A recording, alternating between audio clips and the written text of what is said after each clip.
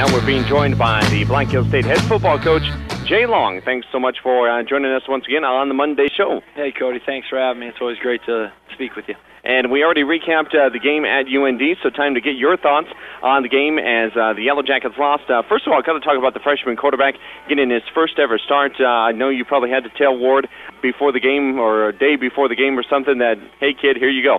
You know, we knew on about Tuesdays when we knew. I mean, we had watched Wes, and you know, he had to take his tests and those type of things. But we knew that Ward was going to be the guy, and it was good that Ward could know early, because that way he could prepare himself mentally.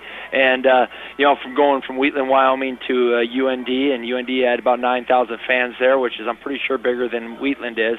And you know, I thought he you know, did well. When you look at him, when you go back and watch and evaluate on film, you know, it kind of goes into two categories. One, he looked very good at times, and then two was he looked like a freshman at other times. And when you look at that first quarter was like a whirlwind for us, both offensively and defensively. We had a hard time adjusting to their speed when we go back and watch on film, and that was a blatant factor. I mean, Ward was running for his life. My offensive line wasn't getting off the ball like we needed to, and you know, defensively we're kind of on our heels a little bit, and it didn't help with our turnover right off the bat. And you know, we started off games a little slow in the past, and I don't really consider that way with this game. We turned over the ball in the first series, but it wasn't a fumble. It was more like a strip. One linebacker came in and wrapped up Trent.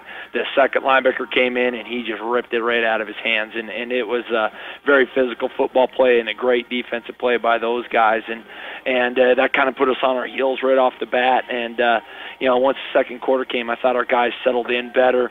We matched them 7-7, and you know, I thought that we started playing at a pace like they were, and that definitely is what we needed to do. And a big difference in the ball game was the running game. They had 337 yards on the ground. We just had 64. What caused our offense to not get the running game going there? You know, one thing, those guys are a terrific defense. I mean, when you look at them, they held Fresno State to very little rushing yards.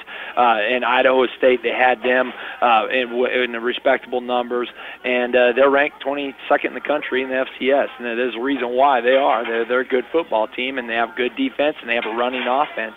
And when you look at it, you know, I thought we did have some positives running. I mean, the overall stat doesn't look good because of the sacks and you know, some tackles for loss. But you know, Briar DeSante came out, had 13 carries, I think 80 some yards. And you know, Briar's been a guy that we've needed to have a big game. And he came out and he looked fast. He looked like he could play at the speed that North Dakota was playing at, and hence why he had those big runs. And he also got a screenplay, and I think his all-purpose yards was right around 100, and he had a big screenplay to set up our 2-yard plunge with Mike Jagger. And you know, I'm excited to, you know, from what we got from this game to be able to take into this next week with Minot. And as we go forward with our Black Hills State season, hoping the injuries can rebound and we get Wes back here soon, is there anything maybe in the offensive game plan that you might use Wes, because he's a more mobile quarterback, and then Ward's shown that he has a heck of an arm? You know, we'll look and we'll evaluate as we go. You know, we'll find out whether Wes is a go this week or not here tomorrow. And you know, I guess the biggest thing is we want to win football games, and we're going to put out the guys that, you know, they're going to give us the best opportunity to win football games. And you know, it's good to have that option. I'll tell you that much.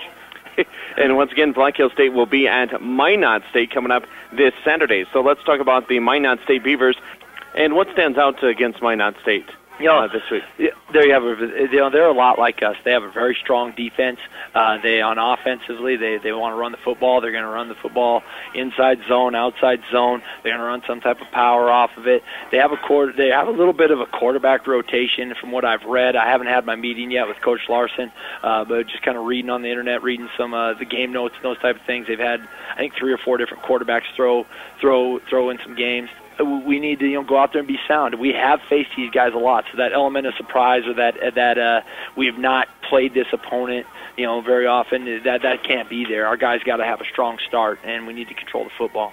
And once again, it's going to be 1-4 Black Hills State, and team still looking for their first victory at Minot State coming up this Saturday evening, 5 o'clock Central Time, 4 o'clock Mountain, right here on KDSJ.